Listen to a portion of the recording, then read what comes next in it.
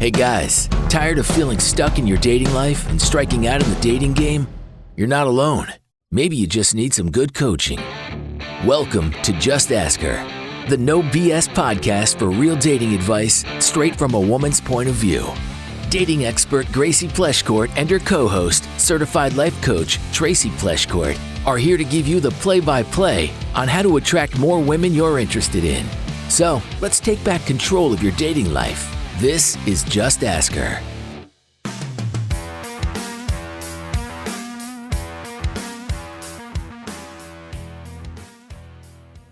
Welcome back to Just Ask Her, the podcast that helps you date with confidence, connect with real women, and finally feel in control of your dating life. I'm your host, Gracie, here with my co-host and mom, Tracy, and we're excited to be back for another episode. 33. I got to pick the submissions this week, and Yes, you I did. feel like I picked some really good ones. Somebody wrote in about political differences in dating. Good Somebody topic. else wrote in about rekindling a relationship with his high school sweetheart, and she now is friends with his ex-wife. And then we have somebody who wants to know how to strike up a relationship with his neighbor. Interesting. Yeah, I skimmed through them really quickly. This day has been crazy bananas, and we are actually recording this at night, which we never do. We're always recording during the day or in the morning. And we are just about to head out of town for the 4th of July weekend. So we figured we'd get our episode in for you guys so that we made sure we had it Yeah. in case. And this is only going to work because I had a nap today. I played pickleball for 2 hours in 90 plus degree Jeez. weather, and it zapped me like you wouldn't believe. Yeah, that's pretty deserving of a nap. Yep. It felt so good. Okay, let's jump into this. Submission 1 is from Carlos, and he says, I'm a 29-year-old bachelor living in a very liberal, Democrat-leaning city, but I happen to be a conservative Republican. While I'm not a Chad who effortlessly attracts women everywhere he goes, I don't understand that, do you? Yeah, Chad is like it's a stereotype of guy. Like, oh, you're such a Chad. It's a negative connotation. It's like a frat bro. Huh. Okay. Yeah. Okay. So while I'm not a Chad who effortlessly attracts women everywhere he goes, I'd say I'm usually pretty confident, especially now that I have a job I'm proud of, earn a decent income, and for some reason have become more attractive with age. I know most people don't lead with their political identity when dating, and I don't either. But because politics is a big part of my work, it's hard to completely separate who I am from what I do. The fact that most women I meet here lean very liberal has made me feel increasingly insecure. I've been rejected before because of my political views, even when everything else was going really well, just because politics came up. And I'm not even extreme. I'm more of a moderate conservative, but I rarely get the chance to explain that because most women decide they're not interested the moment they hear my political stance. I don't want to pretend to be someone I'm not just to get a girl to like me. At the same time, I'm tired of being written off before someone has a chance to see that I'm genuinely a good guy, someone who likes to have fun and has real potential to be a great partner and provider for his future wife. I've thought about moving to another city or state where people might be more ideologically diverse, but the truth is I'm best positioned for long-term career success if I stay here for the next 7 to 10 years. By then, I'll probably be 38, ideally with a strong enough network and resources to make a move. But I'm not trying to wait that long to find my future wife. So here's my question. What's the best way to move forward? Should I just keep putting myself out there, even if it takes me longer than most people? Or should I hold off and wait until I'm in a different city with a dating pool that's more open-minded? I'd love to hear your thoughts. Thanks so much for everything you do. Best, Chad. Carlos. You're so silly. Carlos. Yeah. He's schooling me. I didn't know that's what that meant. Yeah. I'm going to use that at least 10 times this weekend. Yeah, she will. Thank you, Carlos. Wait till you're 38. Horrible idea. Don't do that. Yeah. Definitely don't do that. Okay, back up. Carlos, thank you for your submission. Thank you for your submission. And thank you for being very vulnerable and for all the detail. I really do appreciate that. I thought So funny. I was sitting here. Wait, what city are you in? What? You want more details? I want more details. No, this is perfect. You gave us plenty, just out of curiosity, wondering what city it was. But yeah, this is interesting. It definitely comes up a lot. And politics is a touchy subject. It just is. I think that the nature of politics is, in the US, it's very controversial and Polarizing. And it can be polarizing for sure. And I completely understand where the worry comes from, especially if there's been times in the past where you've been shut down purely because of your political views. And it's unfortunate that sways somebody's decision before they get to know you. But I would say it's also a reason why you shouldn't lead with politics when you're first meeting somebody. Now, I'm not saying that's what you typically do, but you did say that it's part of your job. I think you said. Mm-hmm. He did. Yeah. And so it's understandable that it would come up if this is like a big part of your career. Yeah. And I've had quite a few clients that are in the political space, and they've talked about how it feels uncomfortable because they know it's not a first date topic that is usually had or usually covered, but it comes to it being a part of your career, that's sometimes unavoidable, and you shouldn't avoid it. I don't think anybody should try to avoid or hide pieces of themselves for the potential of looking better in somebody else's eyes or looking better to their date. Absolutely not. If your date has a problem with this, it's unfortunate, but this is a big part of your life. So never feel like you have to hide it. Never feel like you have to dance around the subject. I think when you're talking about it, especially if it's coming up on early dates, it's really important to talk about it from a place of like your values and why it is that they're important to you, rather than a place of blaming or shaming the other side. Talk about it from a place of why it's important to you and why you value the things that you do. That's super important. That's super telling to somebody's maturity level. When it comes to politics in general, it's unfortunate that people quickly jump to debate when that's not necessary, especially when you're out on a date trying to connect with somebody. You're not signing up for this date to go debate your political stance. You shouldn't, at least. Yeah, I don't think there has ever been a time in my life where political parties were operating as rivals. It has evolved to that sort of a stance. Very polarizing. I think about, like, is Chinese food and Mexican food rivals, or are they just part of the restaurant options that are out there? That's how I think politics should be looked at. The Democratic Party, the Republican Party, the Independent Party are all part of our political landscape, just like all of these different genres of food are part of the restaurant landscape. They can all coexist in a very friendly way. But unfortunately, the way politics has evolved in the US, for all our international listeners. It's like we've got these two competing rivals and everybody's vying for the win. So I can completely understand where he's coming from. But the thing that I think might surprise you, Carlos, is that this really isn't about politics. It's about belonging. You want to be seen beyond the label of a political party. You want to be chosen for the full complexity of who you are.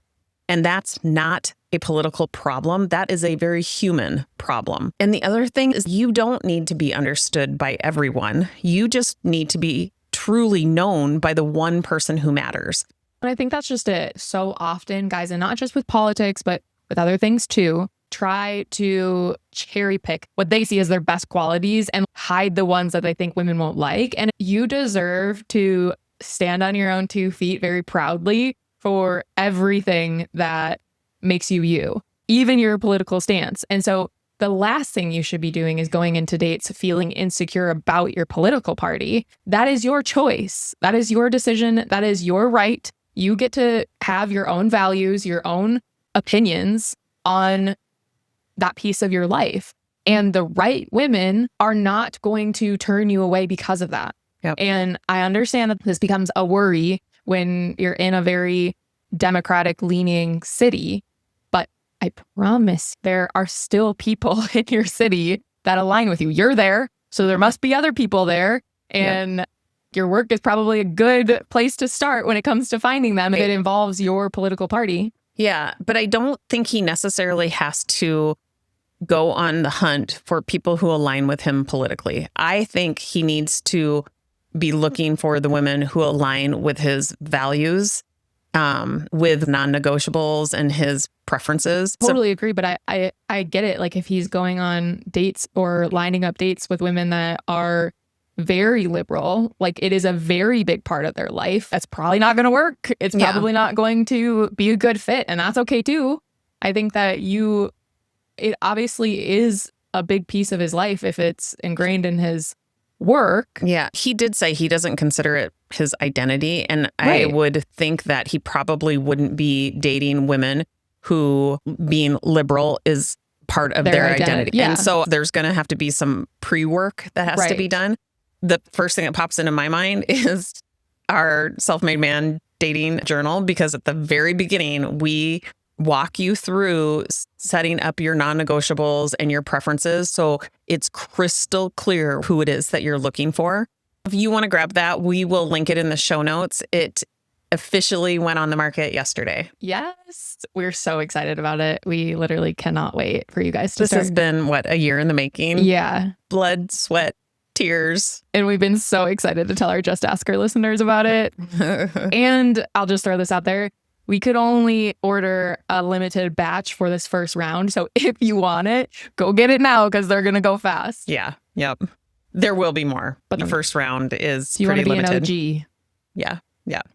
I thought this research was interesting because it stated that couples who share emotional safety, perspective, and gratitude tend to thrive even when they vote differently. So their marriage and how well it's thriving has so much more to do with the emotional side of things than it does with the way that they vote. Oh, yeah. I feel like if you can communicate respectfully about your values, I think that means a lot more to people than like what political party you identify as.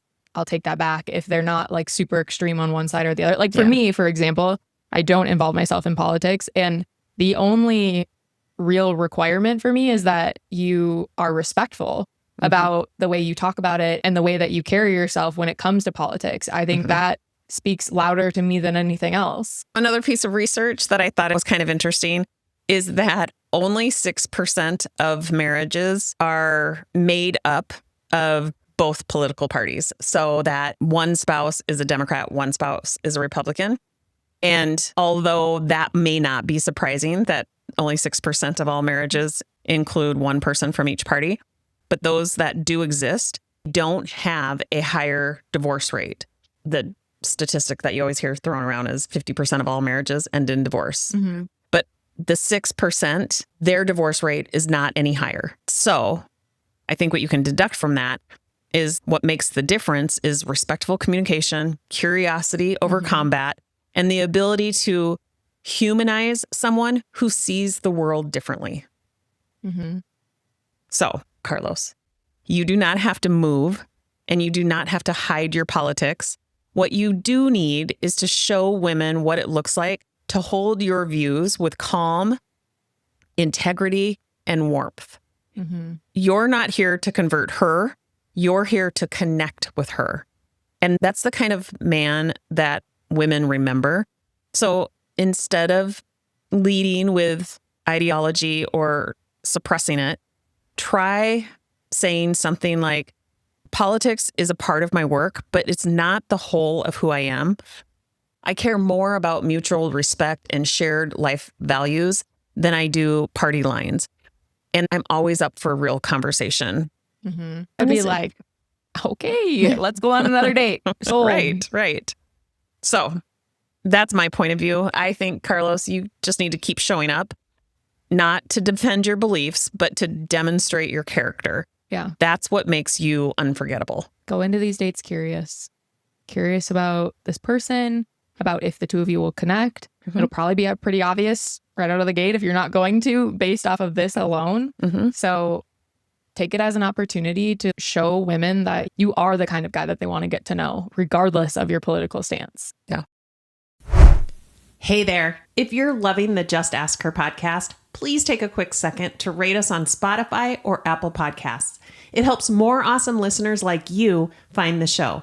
And don't forget to spread the love by sharing this episode with all of your friends. All right, back to Just Ask Her. All right. Should we move on to submission 2? Yeah. Submission 2, written in by Anonymous, says, "Hey, I have a question for you. I have a neighbor I find attractive, but I rarely see her. We say hi and we run into each other, but it's always in passing since we're both busy. How should I talk to her? Should I leave a note on her door, knock and talk to her in person, or try to stop her with a quick chat the next time I see her?" Interesting. It's a little sus that he didn't put his name in here. Why? Could be your next door neighbor. I highly doubt it. Considering my next door neighbor is married on both sides, that'd be crazy. It would be crazy. Except I do have a lot in common with my neighbor. He does have a wiener dog as well. I know.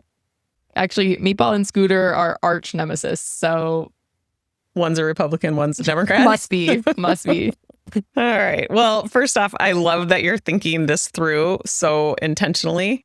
And the fact that you're not just rushing in, but you're weighing your options shows a lot of self-awareness, which already sets you apart from the guys who come off as intrusive or thoughtless. Like, I do think that there's a lot of guys that would handle this differently. So that kind of emotional intelligence matters.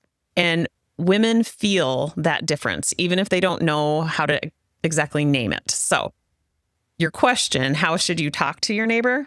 Well, let's start with what your brain is probably doing right now, which is making this feel like a much bigger risk than it actually is.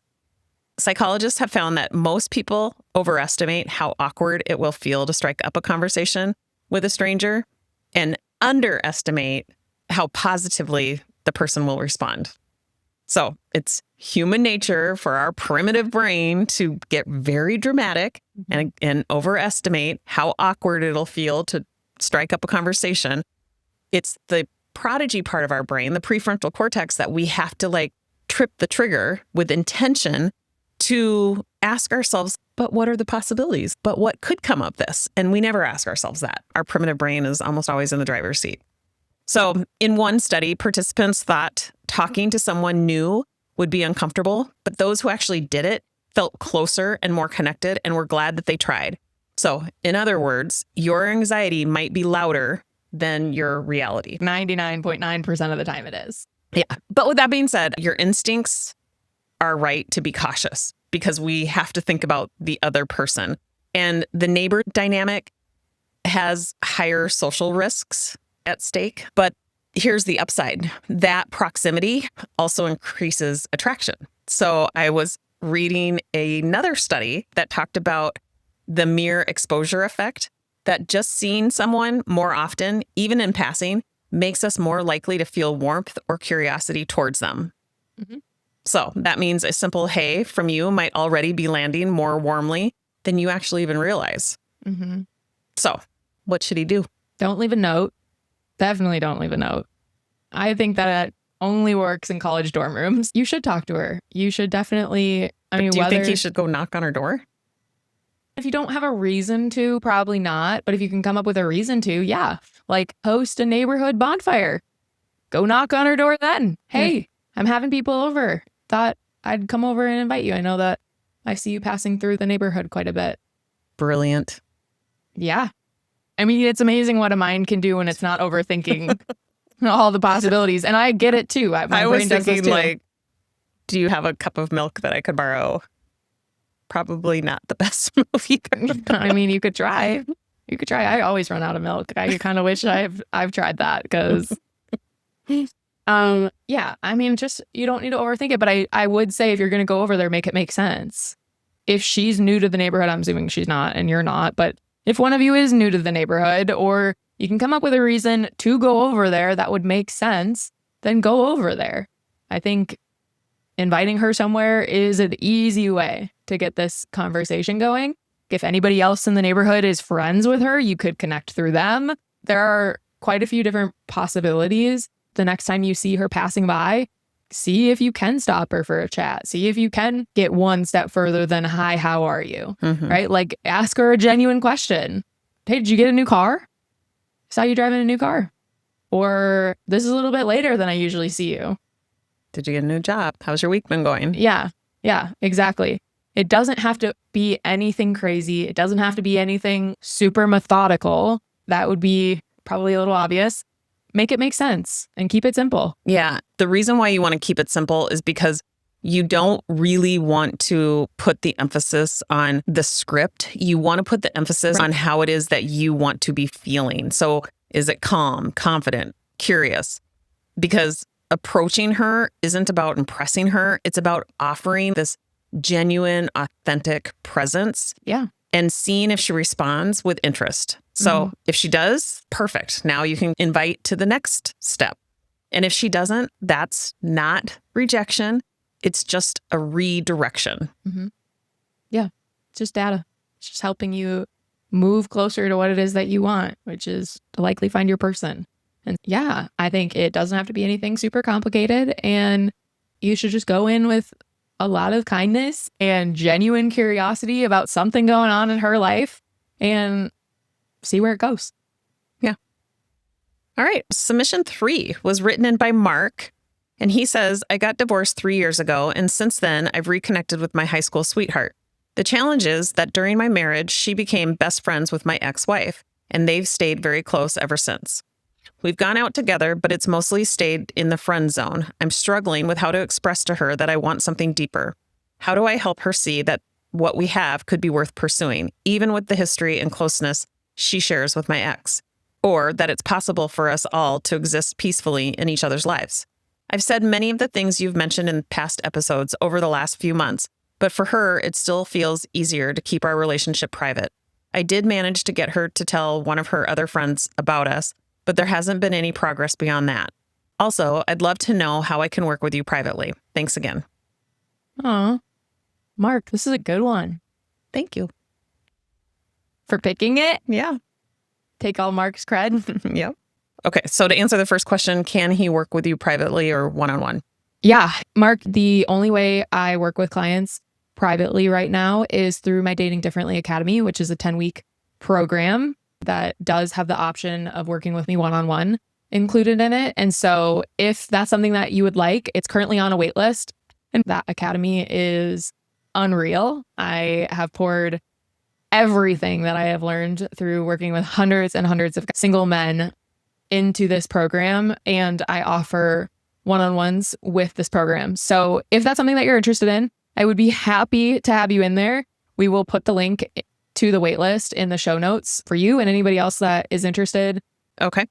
And Mark, thank you again for your honesty. This is a vulnerable, layered situation. And I can tell that you're leading with your heart and you're being patient. You're not just navigating the attraction. You're trying to build something real with someone who's still kind of emotionally attached to your past. And that takes more than desire. It's going to take a whole lot of maturity. And you are definitely showing that. But here's what I want you to hear. Real relationships don't grow in the shadows. This quiet thing between you two, it might feel safe, but it's also going to be stalled out. Yeah, it makes me a little bit worried because according to you, it's in the friend zone. So I don't really know what there is to hide between the two of you. I'm wondering if you're saying that because it's what you'd ideally like the relationship to turn into, but you're not really accounting for where the relationship is currently at. And I may be just assuming that this is a secret relationship based on your line about her wanting to keep this private. I think this submission contradicts itself a little bit. It sounds like on one hand, from that line, her wanting to keep their relationship private, it sounds like you guys are something if you're feeling the need to sneak around behind your ex's back, or she is. But on the other hand, you're saying you've mostly stayed in the friend zone and you're struggling with how to express to her that you want something deeper. So it doesn't sound like that conversation has even been had. And then the next line is even more alarming. How do I help her see that what we could be is worth pursuing? So to me, it sounds like these are maybe your feelings that haven't been expressed to her at all. And maybe it's just a friendship that she's worried your ex will not approve of.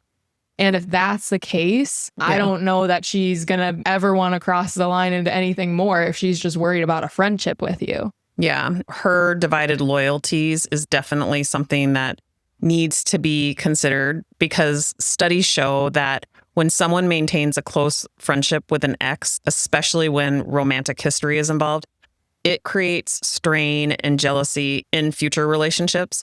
In fact, only 22% of people say they'd be comfortable with their partner being best friends with an ex. So if you're sensing hesitation or emotional conflict from her, it's probably not in your head. It's real, and it's a hard thing to navigate. I think this has a lot more to do with her friendship with your ex than anything else. And just to be honest, if she's truly feeling like she can't even tell your ex that you guys have a friendship, then I don't think that this is going to be worth pursuing, because it's likely that when you do express your feelings to her, it's going to be shot down pretty quickly. Yeah. Out of fear of how your ex will feel, out of fear of ruining the friendship that you guys have. I don't know, but... Right. And that's not your failure. That's just her fear. But you deserve a relationship that doesn't tiptoe or hide. It sounds like you've done the gentle work, and now you either have to have a really brave conversation with her. I wonder how long you guys dated in high school. I don't know how well you guys really know each other, how much time you've spent with each other. But is it really a high school sweetheart that you thought you were going to end up with? There's a lot of different dynamics at play here. Mm-hmm. And so it's not out of the question, but it is a little alarming that the friendship thing to her is something worth keeping private. Yeah. You have to take the lead, not to apply pressure on her or not to ask her to pick sides, but to gain some clarity. Mm-hmm. And you are going to have a brave conversation with her just so you can gain the clarity that you need. Mm-hmm. And then write us back and let us know. Yeah. Yeah. Or come hang out in the academy and I'll help you through it. Yeah, definitely. It is a tricky dynamic, and I can totally understand why you're confused or why you're feeling stuck right now, because this has a lot of layers to it. Mm-hmm. Yeah. And it doesn't feel good to be kept a secret. No. You deserve to be somebody's choice. That's the kind of confidence and self-worth that you do develop in the academy. That's a huge focus of ours, is these men really recognize what it is that they're bringing to the table.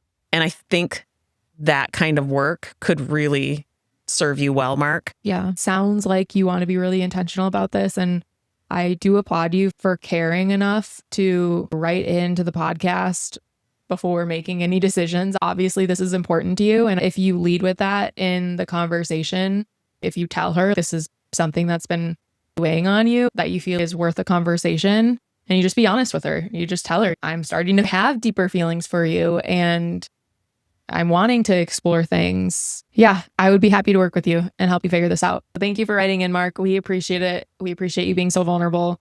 We hope this helps, and definitely keep us updated. All right, that's it for this week's podcast. Be sure to find me on Instagram and TikTok at Dating with Gracie. We look forward to seeing you right back here next week. And in the meantime, no matter where you are or what situation you're in, just ask her.